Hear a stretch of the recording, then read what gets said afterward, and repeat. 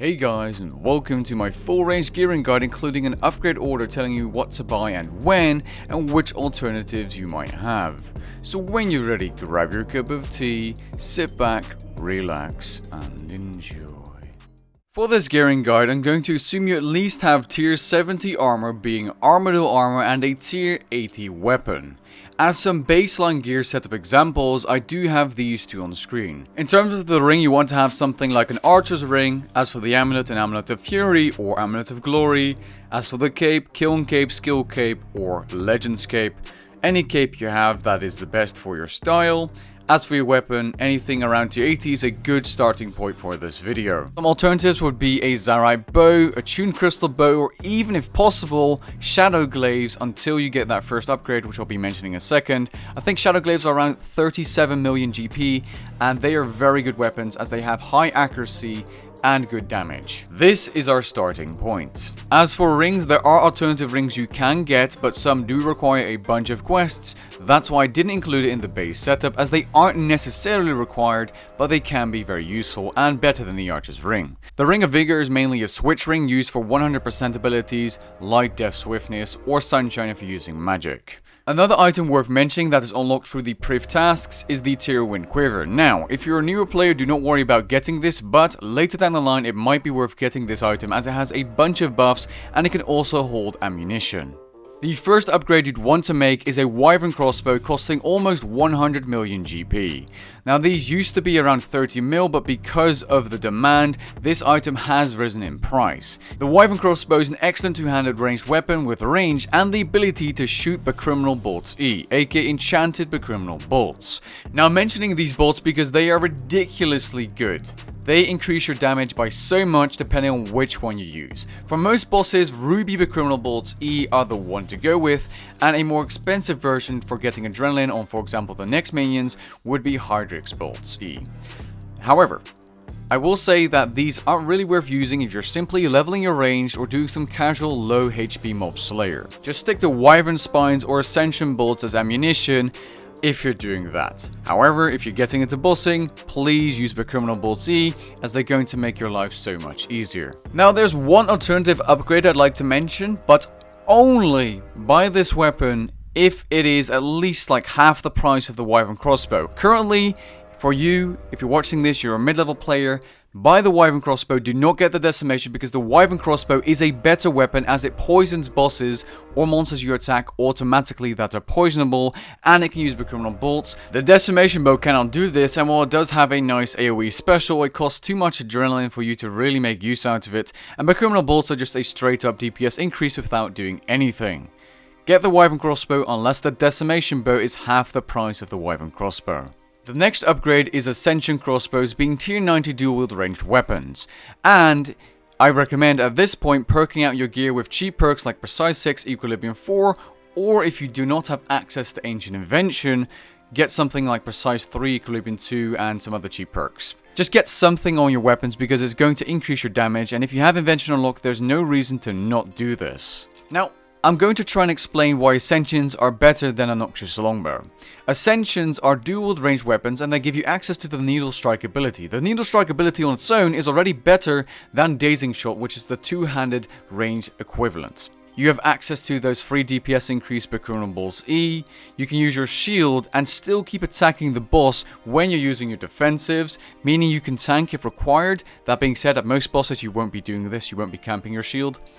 And you can use Chinchompas. Mechanized Chinchompas are items you can use in your main hand slot, together with the offhand ranged weapon, in this case the offhand crossbow, and you can AoE down bunches and bunches of mobs quite easily. There are two more noteworthy items that could be invested in at this point.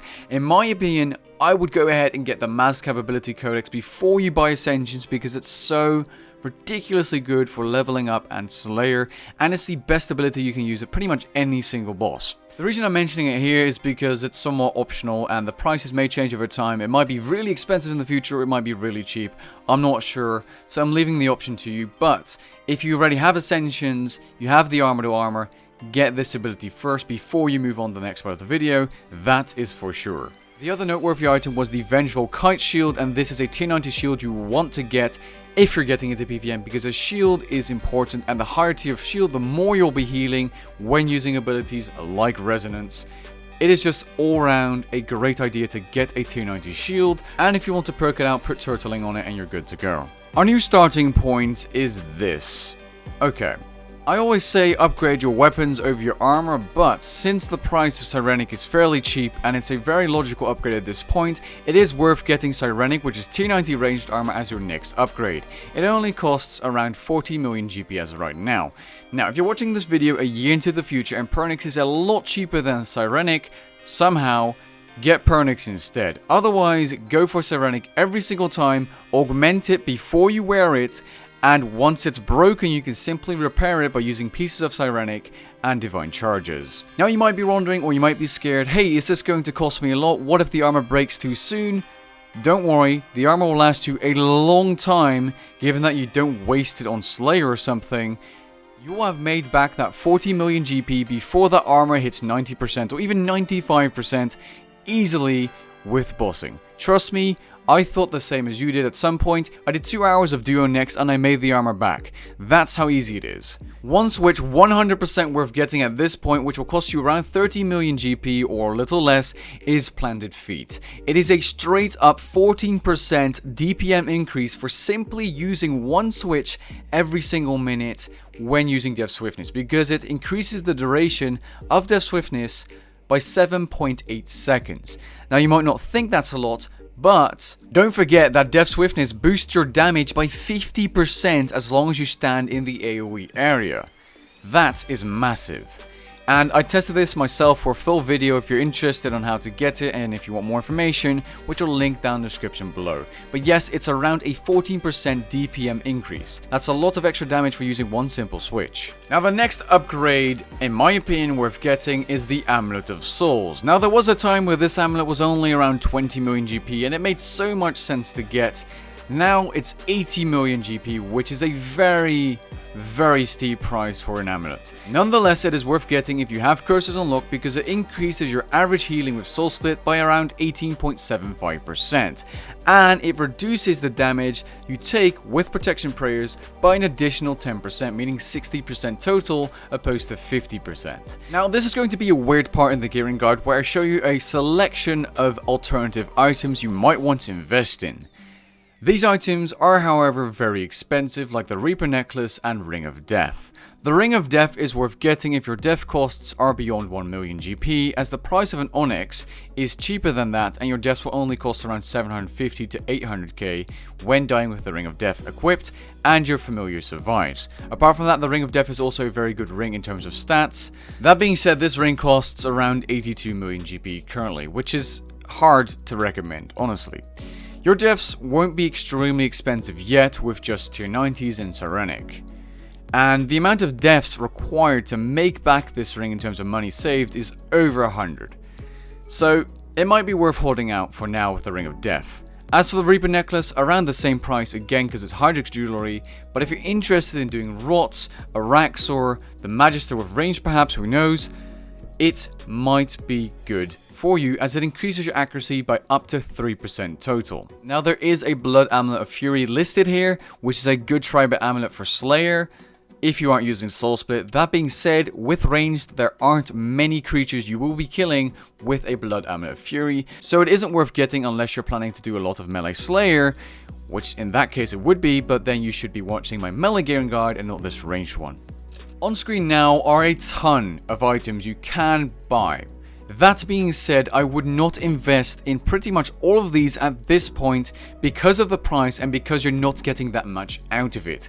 In my opinion, the only real worthy upgrades on here are Cinderbanes, which are tribal gloves that poison monsters, and once you have these, you pretty much won't need better gloves ever. There is an item called the Death Touch Bracelet, which you use at bosses that aren't poisonable, but I wouldn't really worry too much about that as of right now. Cinderbanes are going to be a lot more useful to you as you can use them for every combat style and Slayer. So theoretically you could cut the price in 3, which is around 76 mil currently, because you're able to use these gloves for ranged, for magic and for melee. As for the abilities, you can see there's the Slayer abilities that are very niche and not worth buying at this point, but worth mentioning. The only other ability I can really recommend here is Onslaught if you plan to do a lot of solo necks, because it is very useful for the blood phase. The Onslaught ability is also unlocked from a Mazcap ability codex, by the way. And here we are at the final part of this stage, 2 other alternative items, Nightmare Gauntlets and Fleeting Boots. Now I'm assuming these prices will change over time, especially Fleeting Boots. I think they might become cheaper over time, I'm not entirely sure. Basically, these 2 items allow you to use one ability while moving. The Nightmare Gauntlets allow you to use Snipe while moving, which is a very powerful basic, and it's very easy to cancel out because you move around. Now Fleeting Boots allow you to use Rapid Fire when moving, which is especially useful at Elite Dungeon 3 and solo necks. But it can also be a burden at Araxa, for example, when she or he webs. In my opinion, if you plan to do a lot of solo necks, both of these are worth investing in at this point. And while these items don't necessarily directly increase your damage, they do actually increase your damage at certain bosses, because sometimes you will have to move around to avoid mechanics, and if you were using Rapid Fire at that point in time, or Snipe, you would have to cancel out that ability because you had to move. In my opinion, Fleeting Boots and Cinderbanes are the most worthwhile investments you can get here. At this point, your character will look something like this. Sarenic, Ascensions, Cinderbanes, Fleeting Boots, and perhaps a Ring of Death. Otherwise, simply your Archer's Ring, Asylum Surgeon's Ring, etc. In all my gearing guides, this part of the video is where I show you a full upgrade line instead of gear setups, as most of the things you're buying at this point aren't necessarily gear. First of all, you'd want to unlock the Limitless ability. Limitless is unlocked by combining 2000 Vital Sparks, which cost you around 252 mil. Limitless can be used as a second Adrenaline Potion when using Death Swiftness for the second time, or it can be used to pop off extra thresholds inside one Death Swiftness rotation. It is 100% worth getting, and this is not an optional upgrade, just get Limitless. It is absolutely insane how good this ability is. Now the next upgrade could be getting an offhand flanking force switch if you're interested in switches. If not though, or if you are, after the flanking switch, the Essence of Finality Amulet is the best upgrade you can get next. The Essence of Finality Amulet is a Amulet of Souls and Reaper necklace in one, combining the effects, but it also allows you to put special attacks of weapons inside, including the Dark Bow, and then it scales up to your higher tier ranged weapon. The Essence of Finality allows you to get some crazy PVM feats and insane damage, and have a lot of fun. Another optional upgrade at this point could be getting the Biting 4 armor perk. Do keep in mind that if you are going for Biting 4, it can be very expensive, and you're going to have to destroy noxious weapons or gather with the scavenging perk at, for example, corpse spiders. Unless they change it, the next upgrade, which is absolutely insane right now, is Corroming 4, a perk, plus Greater Ricochet, the new ability that came with Raksha. With Corroming 4, currently this ability hits harder than any threshold in the game. It is absolutely ridiculous. I have a full testing video on it if you're interested. It allows you to proc your Ruby Criminal bolts a lot more often. It is just insanely good. If they change this, I will mention it in the pinned comment, so check the pinned comment of this video if you're watching this video a few months into the future, because there is a chance they will adjust this ability in the future. Next up is the Saren Goldbow, an absolute banger of a tier 92 spec weapon, extremely good at big bosses which are 5x5. Think Seru, Raksha, Virago, Telos, Araxor.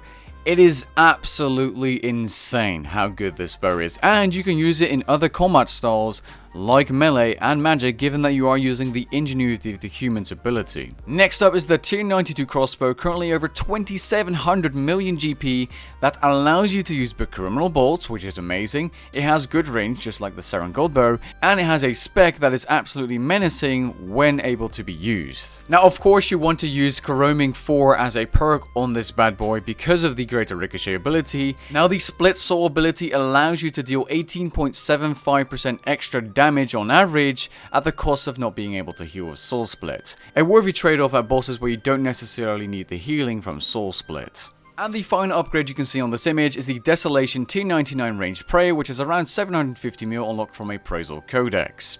This will increase your damage and accuracy even more than with the tier 95 prayers or curses.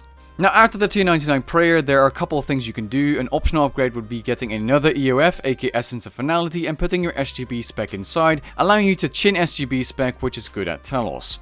Alternatively, what you can do is get the best in slot perks for your dual-wielded and two-handed weapons, being Precise 6 Ruthless 1 and Aftershock 4 Equilibrium 2, or for dual-wield Precise 6 Aftershock 1 and Aftershock 4 Equilibrium 2. Now if you plan to put these on your weapons, you want to put them on all of your weapons, because if you end up switching between your weapons, the problem is you're going to be losing your Aftershock stacks. Next up would be getting a tier 90 flanking 4 switch if you're interested in using switches, otherwise get the tier 92 Blightband crossbows, which cost around 1750 mil currently. Then the next upgrade is to get tier 92 armor, being Elite Sirenic, which does not degrade inside elite dungeons. Finally, you could get a tier 92 flanking 4 Equilibrium 1 switch, or get things you haven't bought already, like the following things on screen. You could get multiple Essence of Finalities if you haven't already. You could get the Etherdor's Grimoire, which allows you to crit more often. Your max damage cap with this book goes from 12,000 to 15,000, but keep in mind the upkeep is quite expensive, and at this point you could consider getting other things you don't already have, like Double Surge, the Dragon Slayer ability if you're looking to do a lot of Elite Dungeon 2, Fleeting Boots if you haven't already, Nightmare Gauntlets for next if you haven't already, and stuff like that. With that being said, I hope you guys enjoyed this gearing guide and found it helpful. If you're looking for a detailed gearing guide for Magic and Melee, I will also link those in the description below. Catch you guys in the next one. Peace.